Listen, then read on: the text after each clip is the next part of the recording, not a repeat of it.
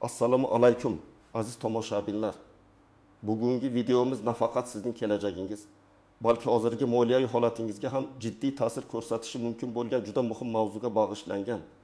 So'z pensiya fondidagi kutilmagan, ammo juda zarur bo'lgan o'zgarishlar haqida ketadi. Ushbu ma'lumot har birimiz uchun yoshimizdan qat'iy nazar g'oyat muhimdir. Chunki pensiya ta'minoti tizimi bizning moliyaviy xavfsizligimizning asosi hisoblanadi. Agar siz ushbu videoni oxirigacha ko'rmasangiz, kelajakda jiddiy muammolarga duch kelishingiz yoki hatto pensiyangizni butunlay yo'qotishingiz mumkin. Shuning uchun darhol kanalimizga obuna bo'lishni va videoga like bosishni unutmang. Bu bizga bunday muhim ma'lumotlarni ko'proq odamlarga yetkazishga yordam beradi. Pensiya tizimi doimiy rivojlanishda bo'lib, davlatimiz har bir fuqaroning munosib qariyalik davrini ta'minlashga intilmoqda. Biroq bu jarayon ba'zan kutilmagan qiyinchiliklar va o'zgarishlarni keltirib chiqaradi. Ayniqsa byurokratik to'siqlarga duch kelgan insonlar uchun. Avvallar ko'pchilik pensiya olish uchun hujjatlarni yig'ish va turli idoralar o'rtasida yugurish bilan bog'liq katta qiyinchiliklarga duch kelardi. Ish stajini tasdiqlash uchun arxivlardan ma'lumot izlash, eski ish joylaridan hujjatlar talab qilish, ba'zan esa bu ish joylari allaqachon tugatilgan bo'lishi mumkin edi. Bu esa yillar davomida to'plangan mehnat stajini yo'qotish xavfini keltirib chiqarardi. Pensiya hisoblash jarayoni shaffof emasligi, turli xil hisob kitoblar va inson omili tufayli xatolar ehtimoli yuqori edi. Ko'pchilik pensiya miqdori nega bunday chiqqanini tushuna olmas, shikoyat qilish imkoniyatlari ham cheklangan edi. Buni yaxshi bilasiz. Ba'zi holatlarda odamlar bir necha oy davomida hujjat yig'ish bilan shug'ullanardi. Lekin bugundan boshlab vaziyat tubdan o'zgardi. Hukumatimiz tomonidan pensiya tizimini raqamlashtirish bo'yicha ulkan qadam tashlandi. Endi pensiya fondiga oid barcha operatsiyalar, hujjatlar va hisob-kitoblar deyarli to'liq elektron tizimga o'tkazildi. Bu yangi tizim elektron mehnat daftarchasi va elektron pensiya tizimi kabi platformalar orqali ishlaydi. Bu shuni anglatadiki, sizning mehnat stajingiz, ish haqingiz va ijtimoiy sug'urta badallaringiz haqidagi barcha ma'lumotlar yagona markazlashtirilgan raqamli bazada saqlanadi. Oldin qog'ozda bo'lgan ma'lumotlarning aksariyati endi raqamlashtirilgan va avtomatik ravishda tekshiriladi. Bu jarayon pensiya fondining ishini tezlashtirish va shaffofligini oshirishga qaratilgan bo'lsa-da, ba'zi fuqarolar uchun kutilmagan muammolarni keltirib chiqarishi mumkin. Asosiy o'zgarish shundaki, agar sizning mehnat stajingiz yoki daromadlaringiz haqidagi ma'lumotlar elektron bazada to'liq yoki to'g'ri aks ettirilmagan bo'lsa, siz pensiya olishda jiddiy qiyinchiliklarga duch kelishingiz mumkin. Qog'oz hujjatlarning ahamiyati pasaytirilib, elektron ma'lumotlar ustuvor hisoblanadi. Endi esa eng muhim qismga o'tamiz. Bu yangiliklar haqida nimalarni bilishingiz kerak? Kimlar ayniqsa xavotirga tushishi kerak va kimlar nisbatan xotirjam bo'lishi mumkin? Avvalo, shuni bilishingiz kerakki, sizning barcha mehnat stajingiz va ish haqingiz to'g'risidagi ma'lumotlar endi elektron mehnat daftarchasi tizimida aks ettirilishi shart. Bu tizimda sizning ishga kirgan, ishdan bo'shagan sanalaringiz, egallagan lavozimlaringiz, shuningdek, to'langan ijtimoiy sug'urta badallaringiz to'liq aks ettirilgan bo'lishi lozim. Agar bu ma'lumotlarda kamchiliklar yoki nomuvofiqliklar bo'lsa, bu to'g'ridan to'g'ri sizning pensiya miqdoringizga yoki umuman pensiya olish huquqingizga ta'sir qiladi. Tizim avtomatik tarzda mavjud ma'lumotlarni bir-biri bilan solishtiradi va nomuvofiqliklarni aniqlaydi. Kimlar ayniqsa xavotirga tushishi kerak? Birinchidan, astos mehnat staji bo'yicha yozuvlari to'liqsiz yoki qarama-qarshi bo'lganlar. Masalan, Amadaka 8 yosh uzoq yillar davomida bir necha tashkilotlarda ishlagan. Uning mehnat daftarchasida yozuvlar tartibsiz. Ba'zi joylarda ishga kirish yoki chiqish sanalari aniq ko'rsatilmagan. Ba'zida muhrlar aniq emas. Yangi tizimda uning ma'lumotlari elektron bazaga kiritilganda, shu nomuvofiqliklar avtomatik ravishda aniqlanadi. Misol uchun, uning 2000 yildan 2005 yilgacha ishlagan davri bo'yicha elektron ma'lumotlar mavjud emas yoki faqat 1 yillik ma'lumotlar bor. Bu shuni anglatadiki, 5 yillik staji pensiya fondi tomonidan tasdiqlanmasligi va pensiya hisobiga kiritilmasligi mumkin. Bu esa Ahmad akaning umumiy stajini qisqartirib, uning pensiya miqdorini sezilarli darajada kamaytiradi. U endi bu davrni tasdiqlash uchun arxivlardan qo'shimcha hujjatlar to'plashga majbur bo'ladi. Ikkinchidan, asq-noqonuniy yoki norasmiy ravishda ishlaganlar, misol uchun Dilnoza opa 75 yosh, 10 yil davomida bozor iqtisodiyotining dastlabki yillarida savdo bilan shug'ullangan, u rasmiy ravishda ishga joylashmagan, davlatga ijtimoiy sug'urta badallari to'lamagan. O'sha davrda ko'pchilik shunday ishlagan va ba'zida mehnat daftarchasiga yozuvlar kiritilgan bo'lsa ham, bu rasmiy tasdiqqa ega emas edi.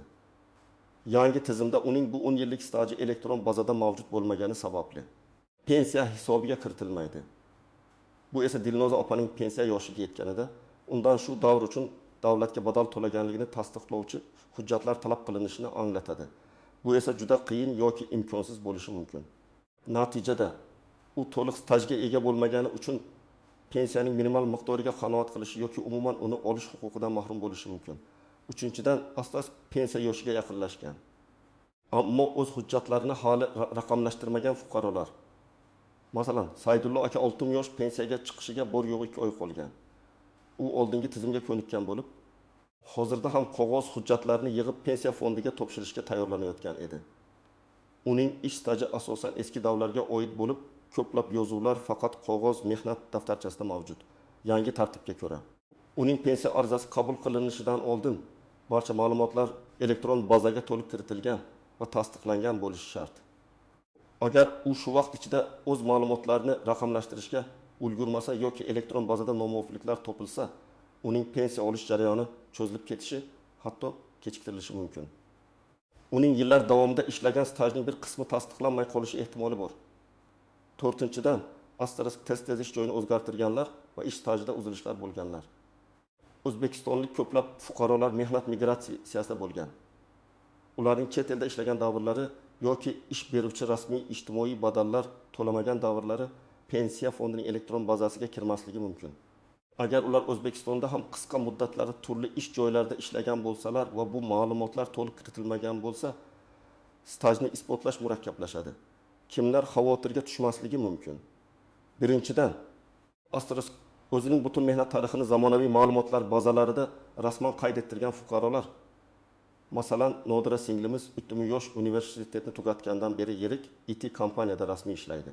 Uning barcha ma'lumotlari, jumladan ishga kirish va chiqish sanalari, lavozimi, ish haqi va ijtimoiy badallar to'g'risidagi ma'lumotlar elektron mehnat daftarchasi va soliq organlari bazasida to'liq va aniq aks ettirilgan. Uning uchun pensiya hisoboti avtomatik tarzda hech qanday qiyinchiliksiz amalga oshiriladi. Ikkinchidan, asosiy allaqachon pensiya oluvchilar. Agar siz allaqachon pensiya olib turgan bo'lsangiz, bu o'zgarishlar sizning hozirgi pensiyangizni bekor qilmaydi. Biroq agar sizda pensiyani qayta hisoblashga ehtiyoj tug'ilsa, masalan, qo'shimcha ish staji paydo bo'lsa, bu jarayon yangi qoidalarga muvofiq amalga oshiriladi va sizning elektron ma'lumotlaringizning to'liqligi juda muhim bo'ladi. 3 yosh ishchilar, ya'ni o'z mehnat faoliyatini 2005 yildan keyin boshlagan va doimiy ravishda rasmiy ishlagan fuqarolar. Ularning mehnat staji va badallari haqidagi ma'lumotlar ko'pincha dastlabdan elektron shaklda yig'ilib kelgan. Endi esa eng nozik jihatlarga, ya'ni istisnolar, qaltis nuqtalar va e'tibordan chetda qolishi mumkin bo'lgan noaniqliklarga to'xtalamiz. Bu ma'lumotlar sizni kutilmagan muammolardan himoya qiladi. Astarish istisnolar va maxsus holatlar. Alohida toifadagi fuqarolar uchun, masalan, harbiy xizmatchilar, ichki ishlar organlari xodimlari, ayrim turdagichilar uchun pensiya ta'minoti bo'yicha o'ziga xos qoidalar mavjud. Ularning stajini hisoblash tartibi umumiy fuqarolarnikidan farq qilishi mumkin. Masalan, harbiy xizmatchilarning xizmat muddatini hisoblashda yil yo'l yilga yoki hatto 2 yilga tenglashtirilishi mumkin. Yangi elektron tizim ularning maxsus xizmat davrlarini avtomatik hisobga olishi kerak. Biroq bu ma'lumotlar ham elektron bazaga to'liq va aniq kiritilganligini tekshirish muhimdir. Agar xizmat joylari tez o'zgargan bo'lsa yoki hujjatlar almashinuvi davrida qandaydir xatolar yuz bergan bo'lsa, xizmat stajini tasdiqlash uchun harbiy qismlardan yoki Mudofaa vazirligi arxivlaridan qo'shimcha ma'lumotlar talab qilinishi mumkin. Shuningdek, nogironligi bo'lgan shaxslar uchun pensiya olish tartib qoidalari va miqdorini aniqlashda ham o'ziga xos me'yorlar bor. Yangi tizim bu holatlarni ham inobatga olishi kerak. Ammo har bir fuqaro o'zining individual holatini pensiya fondi mutaxassislari bilan maslahatlashib tasdiqlashi shart. Asosiy firibgarlik sxemalari raqamlashtirish jarayoni kuchaygani sari hujjatlaringizni tezda raqamlashtiramiz yoki pensiyangizni oshirishga yordam beramiz kabi yolg'on takliflar bilan chiqadigan firibgarlarning paydo bo'lish ehtimoli ortadi. Hech qachon o'zingizning shaxsiy ma'lumotlaringizni, bank kartalaringiz parollarini yoki pin kodlaringizni shubhali shaxslar yoki tashkilotlarga bermang. Barcha rasmiy jarayonlar MyPonGov portali yoki pensiya fondining bevosita hududiy bo'limlari orqali amalga oshiriladi. Boshqa vositachilardan foydalanishdan saqlaning. Firibgarlar ayniqsa kompyuterdan kam foydalanadigan keksa yoshdagi fuqarolarga qaratilgan bo'lishi mumkin. Ular uyga kelib o'zlarini pensiya fondi xodimi qilib ko'rsatib, ma'lumotlaringizni olishga urinishlari mumkin. 2.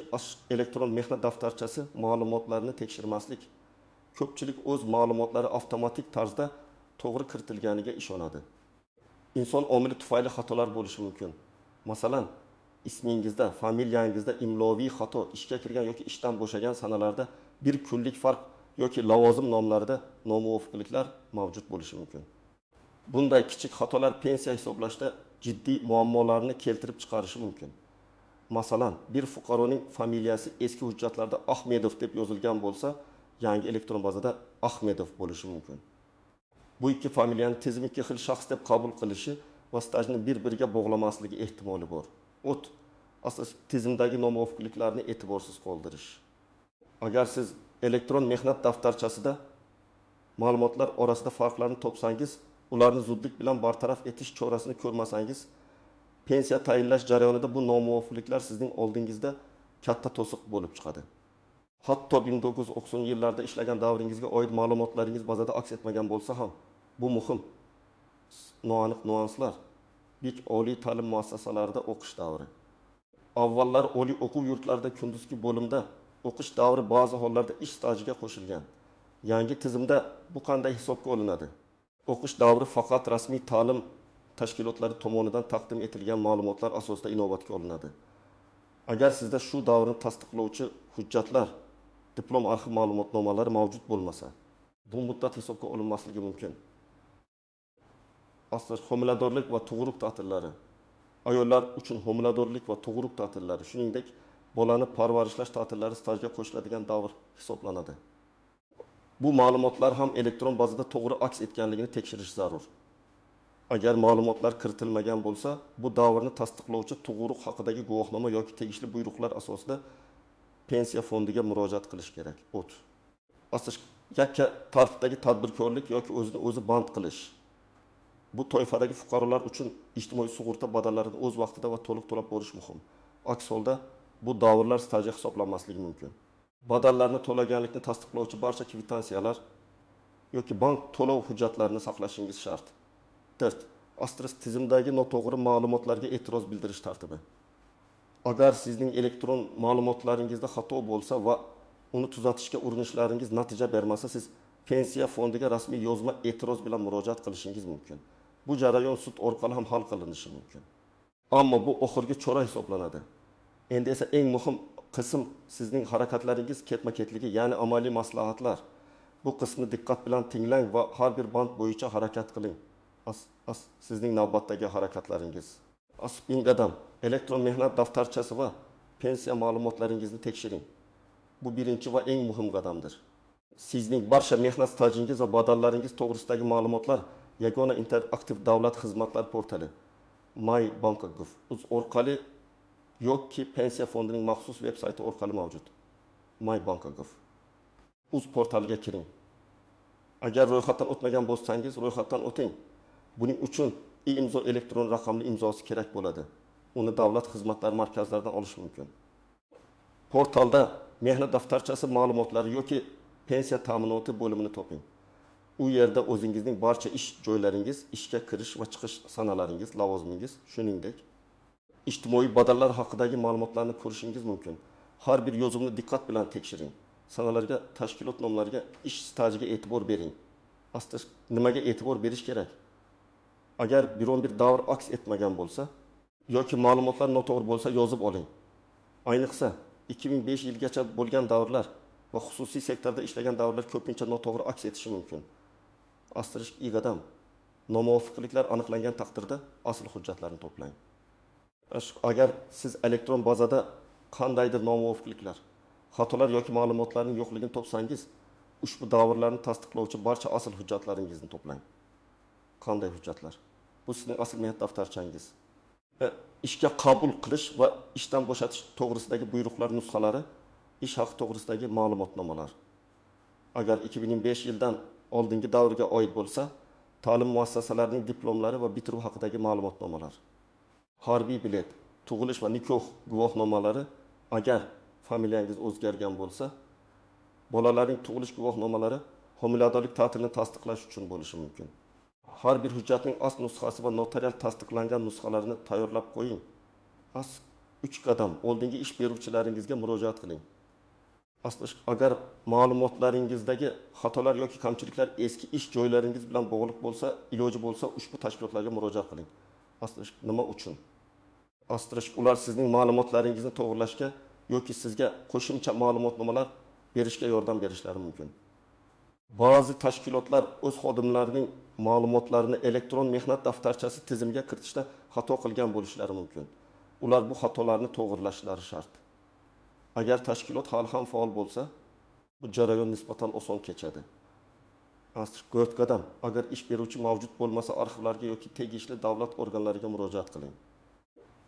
Agar siz ishlagan tashkilotlar hozirda faoliyat yuritmayotgan bo'lsa yoki ularni topish imkonsiz bo'lsa, siz markaziy va viloyat arxivlariga murojaat qilishingiz kerak bo'ladi. Qayerga murojaat qilish kerak? Hududiy arxiv boshqarmalariga yoki davlat arxiv xizmatiga. Bu yerda sizning mehnat faoliyatingizga oid hujjatlar saqlanayotgan bo'lishi mumkin. Murojaat qilayotganda o'zingizning shaxsiy ma'lumotlaringizni, ishlagan tashkilot nomini, ishlagan davrlarni aniq ko'rsating. Muhim nuans, arxiv ma'lumotlari ham endi elektronlashtirilmoqda, ammo bu jarayon hali to'liq yakunlanmagan. Shuning uchun qog'oz hujjatlarni shaxsan taqdim etishga tayyor turing. 5 qadam. Pensiya fondining hududiy bo'limiga murojaat qiling. Barcha hujjatlarni to'plaganingizdan va ma'lumotlaringizdagi nomuvofiqliklar bo'yicha aniqlik kiritganingizdan so'ng yashash joyingizdagi pensiya jamg'armasining hududiy bo'limiga tashrif buyuring. Nimani olib borish kerak? Pasportingiz. Yuqorida aytib o'tilgan barcha asl hujjatlar ularning nusxalari bilan boring. Nima qilish kerak? Mutaxassisga vaziyatingizni tushuntiring. Elektron bazadagi nomuvofiqliklar va siz to'plagan tasdiqlovchi hujjatlarni taqdim eting. Ular sizga pensiya fondi bazasidagi ma'lumotlarni qanday to'g'rilash yoki qo'shimcha stajni hisobga olish bo'yicha aniq yo'riqlar berishadi. Bu yerda siz pensiya tayinlash yoki qayta hisoblash uchun ariza ham berishingiz mumkin. Maslahat. Murojaat qilganingizda imkon qadar barcha savollaringizni berishga harakat qiling. Sizning murojaatingizni ko'rib chiqish muddati va keyingi qadamlar haqida aniq ma'lumot oling. 6 qadam. Agar arizangiz rad etilsa yoki ma'lumotlar to'g'rilanmasa, shikoyat qilish jarayoni. Agar pensiya fondining dastlabki qarori sizni qanoatlantirmasa yoki ma'lumotlaringiz to'g'rilanmasa, siz bu qaror ustidan shikoyat qilishingiz mumkin. Qanday shikoyat qilish kerak? Siz yuqori turuvchi tashkilotlarga, masalan, Moliya vazirligi huzuridagi pensiya jamg'armasi yoki O'zbekiston Respublikasi prezidentining virtual qabulxonasiga murojaat qilishingiz mumkin.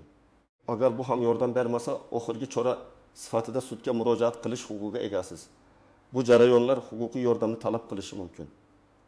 Azizlar, esingizda tursin, bu nafaqat byurokratik jarayon, balki sizning munosib qariyalik davringizni ta'minlash yo'lidagi muhim qadamdir. Pensiya bu sizning yillar davomida qilgan mehnatingiz natijasi va unga beparvo bo'lish yaramaydi. Har birimiz o'z pensiya ta'minotimizga mas'uliyat bilan yondashishimiz va uni doimiy nazorat qilib borishimiz kerak. Yangi elektron tizim bu jarayonni osonlashtirishga qaratilgan. Ammo uning to'g'ri ishlashi sizning faol ishtirokingizga bog'liq.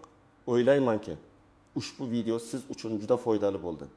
Agar sizda shu mavzu bo'yicha savollar bo'lsa, izohlarda yozib qoldiring. Biz imkon qadar ularga javob berishga harakat qilamiz. Videomizga like bosing va kanalimizga obuna bo'lishni unutmang. Shunda boshqa muhim ma'lumotlarni ham o'tkazib yubormaysiz. Kelajakda ham shu kabi dolzarb va foydali ma'lumotlar bilan bo'lishda davom etamiz. O'zingizni va yaqinlaringizni asrang. Keyingi videolarda ko'rishguncha.